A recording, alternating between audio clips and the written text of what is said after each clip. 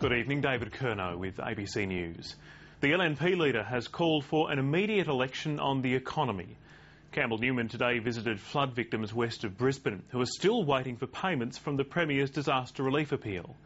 Anna Bligh has urged people to be patient. She's also buckled to public pressure to introduce GPS tracking for sex offenders. Here's state political reporter Jessica Van Vonderen. Tempers are fraying. The Brisbane River came up here at over a metre an hour. No bloody warning, no nothing. 5 months after the floods, these Bundamba residents are at their wits' end. It's just so frustrating. Some are still waiting for money from the Premier's disaster relief appeal. It's really starting to get beyond belief. Why is the government of this today, holding on to the money when it was publicly donated? Donated goods keep coming in, stored in a shed until they're needed.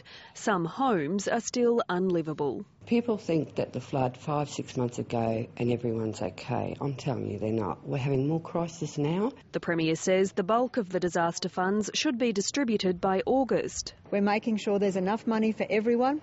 But the LNP leader says it's not good enough. Given the terrible state of our state's finances, given the ineptitude in handling disaster relief, I think she should call an election now. The exact state of Queensland's finances will be revealed in next week's budget. The natural disasters have taken a large chunk out of the state's coffers, but the Premier says she has found enough money to introduce GPS monitoring for sex offenders. $14 million that Anna Bligh says she couldn't afford last year. These are the worst of the worst, and when it comes to our children, we will do whatever is necessary to keep them safe. The government's long resisted the technology, but there's been a concerted media campaign to introduce it. It is a stunning backflip given their position only last week when they said that they didn't have the money to be able to deliver this outcome. The first offender could be fitted with a satellite tracking device by the end of the year. Jessica Van Vonderen, ABC News.